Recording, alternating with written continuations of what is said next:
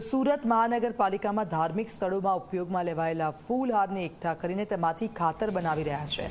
સામાન્ય રીતે કોઈપણ ધાર્મિક સ્થળમાં ચડાવવામાં આવેલા ફૂલ વેસ્ટ જતા હોય છે, પરંતુ સુરત મહાનગરપાલિકાએ વેસ્ટમાંથી બેસ્ટ બનાવી રહી છે। મંદિર, દેરાસર અને દરગાહમાંથી ફૂલહાર એકઠા કરીને કાળું સોનું કહેવાતું અળસિયાનું ખાતર બનાવવામાં આવે છે।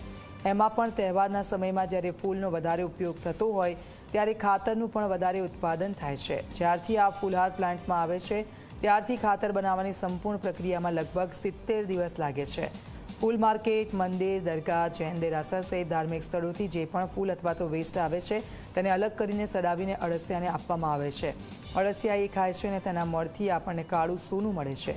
આ ખાતરનું કામ કરે છે ધરતીની ઉત્પાદન ક્ષમતા વધારવાનું, પાકને સારું ઉત્પાદન આપવાનું છે અને જો ઉદ્યાનમાં આનો ઉપયોગ કરીને તો સારા છોડ થાય છે। આ ખાતર ધરતીને નરમ બનાવવાનું કાર્ય કરે છે, જેના કારણે તેને પાણી શોષવાની ક્ષમતા વધે છે। આ રીતે જે ખાતરનું ઉત્પાદન થાય છે તે સુરત મહાનગરપાલિકાની ગાર્ડન શાખાને આપવામાં આવે છે અને શહેરના અલગ અલગ ગાર્ડનમાં તેનો ઉપયોગ થાય છે।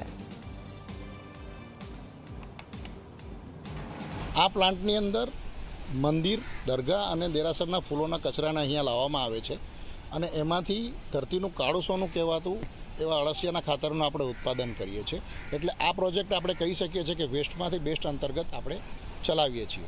જનરલી અલગ દિવસો દરમિયાન 400થી 700 કિલો આપણે ત્યાં વેસ્ટ આવે છે। એનું આપણે પ્રોસેસ કરીને 30% જેટલું ઉત્પાદન મેળવીએ છીએ, પરંતુ અત્યારે શ્રાવણ માસ દરમિયાન ડેલી 1 ટનની આજુબાજુ અહીંયા કચરો આવતો હોય છે।